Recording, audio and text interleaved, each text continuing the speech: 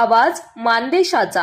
गोंदवले खुर्द येथे सातारा लातूर महामार्गालगत असलेल्या गटाराचे काम व्यवस्थित न झाल्यामुळे गटाराचे पाणी रस्त्यावर येऊन थेट लोकांच्या घरामध्ये घुसले आहे। मेघा इंजिनिअरिंग कंपनीच्या या बेसुमार दर्जाच्या कामामुळे ऐनवेळी आलेल्या पावसाचा फटका सर्वसामान्यांना बसला आहे। याच दरम्यान महाराष्ट्र नवनिर्माण सेनेचे जिल्हाध्यक्ष धैर्यशील पाटील हे त्या ठिकाणहून चालले असता त्यांना ही परिस्थिती बघवली नाही। त्यांनी त्या ठिकाणी निर्माण झालेली परिस्थिती हाताळण्यासाठी आपल्या कार्यकर्त्यांसह प्रयत्न करून पाण्याला वाट मोकळी करून दिली आहे। यावेळी विद्यार्थी सेनेचे जिल्हाध्यक्ष सागर कट्टे, आदर्श कट्टे, स्थानिक पोलीस पाटील सचिन अवघडे यांची साथ त्यांना लाभली। रस्त्यावरून पाणी वाहत असताना अनेक वाहने बंद पडली।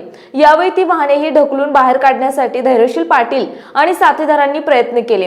रस्त्याच्या कडेला असणाऱ्या अवघडे वस्तीमधील अंगद अवघडे, राजेंद्र अवघडे आणि आनंद अवघडे यांच्या घरात पाणी शिरून जीवनावश्यक वस्तूंचे मोठ्या प्रमाणावर नुकसान झाले। जनावरांनाही याचा मोठा फटका बसला।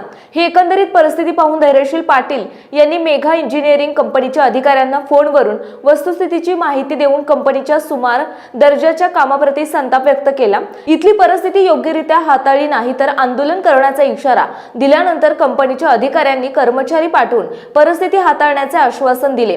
धैर्यशील पाटील यांनी केलेल्या मदतीमुळे स्थानिकांनी त्यांना धन्यवाद दिले। हे बघा, आज मान तालुक्यामध्ये पावसाचा जोर वाढत चाललेला आहे आणि हा महामार्ग सोलापूर सातारा महामार्ग आहे आणि ह्या महामार्गावर गोंदवले खुर्द येथे मेगा कंपनीने रस्त्याचं काम केलेलं आहे, पण गटराचं काम अपुरं ठेवल्यामुळं आज लोकवस्तीत पाणी शिरलेलं आहे।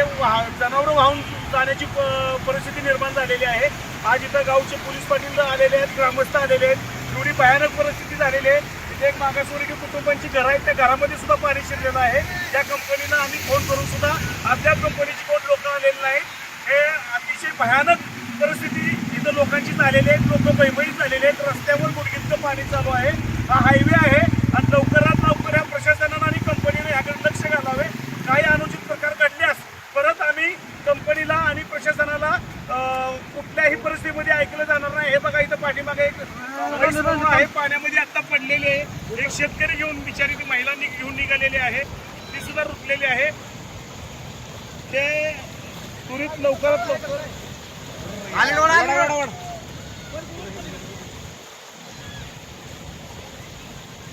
सातारा सोलापूर हायवे आहे। हायवेवर बघा, गुडघ्यावर पाणी एवढं वाहत चाललेलं आहे।